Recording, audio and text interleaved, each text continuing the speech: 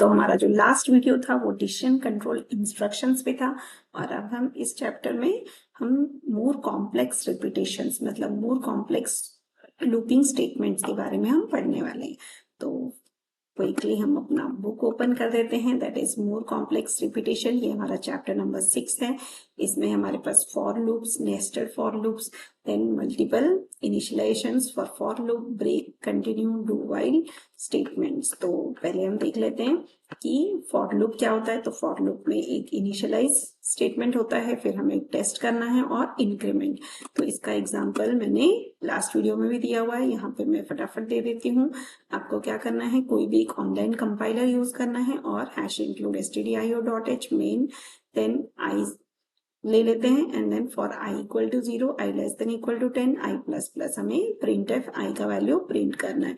अगर हमें sum of numbers from 1 to 10 find out करना है तो वो भी हम यहाँ पे कर सकते हैं। जैसे i is equal to 1, i less than equal to 10, हमें यहाँ पे लिखना है sum is equal to sum plus i। तो मैं यहाँ पे लिख देती हूँ sum is equal to sum plus i। तो मेरा सम फाइंड आउट हो गया। अब ये सम मेरा डिफरेंट वेरिएबल है तो मैं यहाँ पे सम को डिक्लेयर करके लिख देती हूँ sum is equal to 0।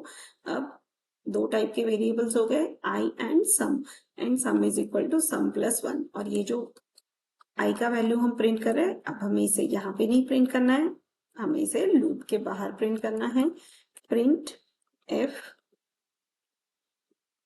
%d और कॉमा देके लिखना है सम। तो ये सम का वैल्यू यहाँ पे प्रिंट हो जाएगा, मतलब हमें 1 से 10 तक के नंबर्स का सम मिल जाएगा।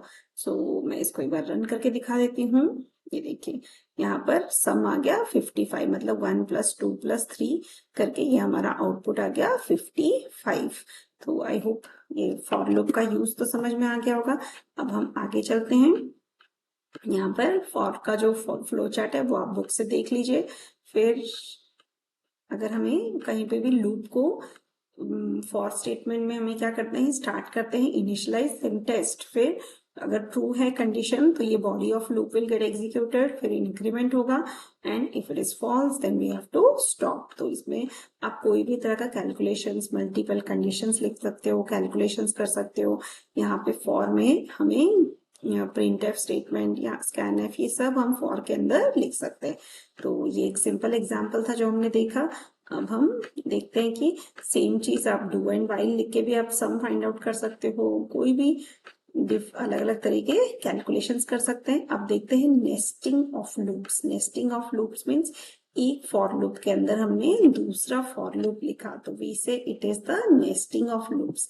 जैसे हमने लिखा for r equal to 1, r less than 3, r plus plus, तो ये हमारा आउटर लूप हो गया। अब इसके अंदर हम लिख रहे हैं c is equal to 1, c less than equal to 2, c plus plus, और हमें सम फाइंड आउट करना है, सम r प्लस c, और ये सम को प्रिंट करना है।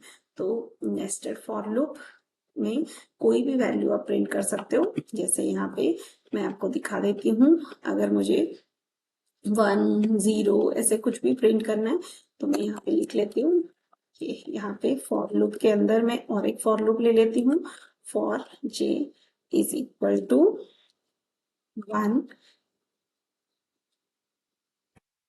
सेमीकोलन j लेस देन और equal to 10 semicolon j plus plus.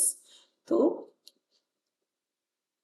इसके अंदर हम लिखते हैं विद इन डबल कोट्स।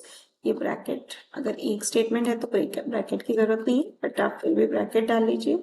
तो उससे क्या होगा, हमारा जो प्रोग्राम कोड है वो बहुत ही ज्यादा रीडेबल हो जाता है। यहाँ पे हम लिखते हैं %d, यहाँ पे हम j का वैल्यू प्रिंट कर देते हैं। तो इसके बाद हमें लिखना है कॉमा j, तो j का वैल्यू यहाँ पे प्रिंट हो जाएगा। अब ये प्रोग्राम का जो कोड है वो बेसिकली क्या करेगा, j के वैल्यूज प्रिंट होंगे। अगर हमें यहाँ पर नेक्स्ट लाइन में अगर लाना है तो वो भी मैं आपको दिखा दूंगी कैसे करना है। यहाँ से मैं सम का स्टेटमेंट हटा देती हूँ। ओके, तो एक्स्ट्रा स्पेस आप हटा सकते हैं। अब ये मैंने कंप्लीट कर दिया।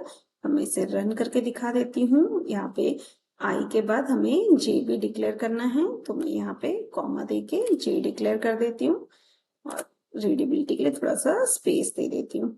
सो I hope this code will execute fine. देखते हैं इसका क्या आउटपुट आता है। ये देखिए ये सब एक लाइन में आ गया, 1 से लेके 10 तक प्रिंट हुआ, फिर 1 से 10 तक प्रिंट हो रहा है। तो अगर यहाँ पे हमें एक न्यू लाइन, एक फॉर लूप कंप्लीट होने के बाद अगर हमें एक लाइन का स्पेस देना है, तो आप यहाँ पे printf डबल कोट्स के अंदर /n लिख के सेमीकोलन डाल सकते हैं। तो आपका जो आउटपुट होगा नेक्स्ट लाइन में प्रिंट हो जाएगा। तो यहाँ पे मैंने रन पे क्लिक कर दिया।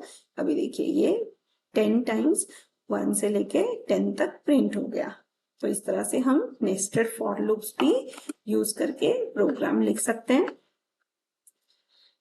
फिर आता है multiple initialization in the for loop. जैसे हमने यहाँ पे 2 इनिशियलाइजेशन भी कर सकते हैं, i is equal to 1 and j is equal to 2 and condition में हमने चेक किया j less than equal to 10 j plus plus, या फिर हम एंड और ये सब कंडीशंस भी हम यूज कर सकते हैं। फिर आता है ब्रेक स्टेटमेंट। ब्रेक स्टेटमेंट हम लूप को ब्रेक करने के लिए यूज करते हैं। तो ब्रेक स्टेटमेंट बेसिकली हमारा कोई कंडीशन होगा, अगर वो ट्रू है तो हम लूप को ब्रेक कर सकते हैं। जैसे मैं इसी एग्जाम्पल में आपको दिखा देती हूँ कि अगर मुझे j का वैल्यू 5 है, so I will write if j equal to 5। तो मुझे यहाँ पे ब्रेक करना है इस लूप को, तो मैं इसको ब्रेक कर सकती हूँ।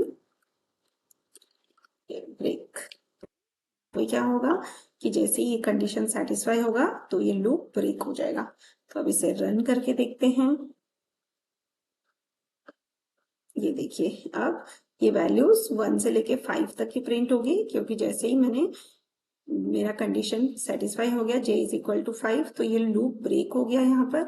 और फिर ये जो आउटर लूप है ये वापस एग्जीक्यूट होगा, that is i will become 2 और फिर ये इनर लूप फिर से 10 टाइम्स एग्जीक्यूट होना चाहिए, but because j is equal to 5 पे हम ब्रेक कर रहे हैं तो ये सिर्फ 5 बार एग्जीक्यूट होगा इनर लूप। तो I hope this is understood and it is interesting. Multiple conditions, break, आप कुछ भी यूज करके स्टेटमेंट बना सकते हैं। और फिर आता है continue statement. Continue statement it is basically used with the if condition. इसमें हम क्या करते हैं, it allows to continue. When continue is encountered inside any loop, control automatically passes to the beginning of the loop. जहां से हमने continue लिखा वहां से वो beginning of the statement में आ जाएगा। तो यहाँ पर अगर सपोज मैं लिखती हूँ break j is equal to 5 और यहाँ पे ब्रेक करेंगे तो ये लूप के बाहर आ जाएगा। अगर continue कंटिन्यू लिखेंगे तो ये बिगिनिंग ऑफ स्टेटमेंट में चला जाएगा। इसके नीचे अगर कोई भी स्टेटमेंट लिखा है तो वो एग्जीक्यूट नहीं होगा। जैसे मैंने यहाँ पे printf हेलो लिख दिया तो 5 के बाद वो एग्जीक्यूट नहीं होगा। कंटिन्यू करते वो हमारा जो कंट्रोल है वो बिगिनिंग ऑफ लूप में चला जाएगा। जैसे हमने यहाँ पे कंटिन्यू लिखा है तो जैसे ही ये कंडीशन सेटिस्फाई होगा तो ये लूप ऊपर चला जाएगा। तो इसी को मैं आपको रन करके दिखा देती हूँ। ये देखिए तब ये जो है हेलो 1 से लेके 4 तक के लिए हेलो प्रिंट होगा, लेकिन जैसे ही हमारा i इज इक्वल टू 5 हो जाएगा तो ये हेलो प्रिंट नहीं होगा और ये कंट्रोल जो है वो वापस आउटर लूप में चला जाएगा, बिगिनिंग ऑफ द लूप में चला जाएगा। इस तरह से हमारा ये प्रोग्राम एग्जीक्यूट होगा।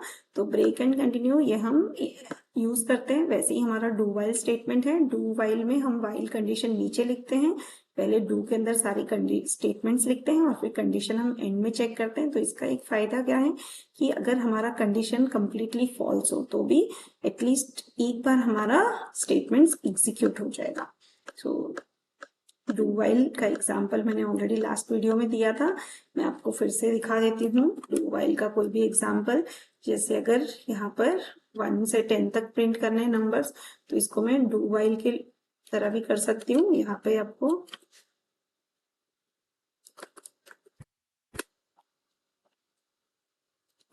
तो इसको आप लास्ट वीडियो में से आप देख लीजिए डू वाइल का एग्जाम्पल।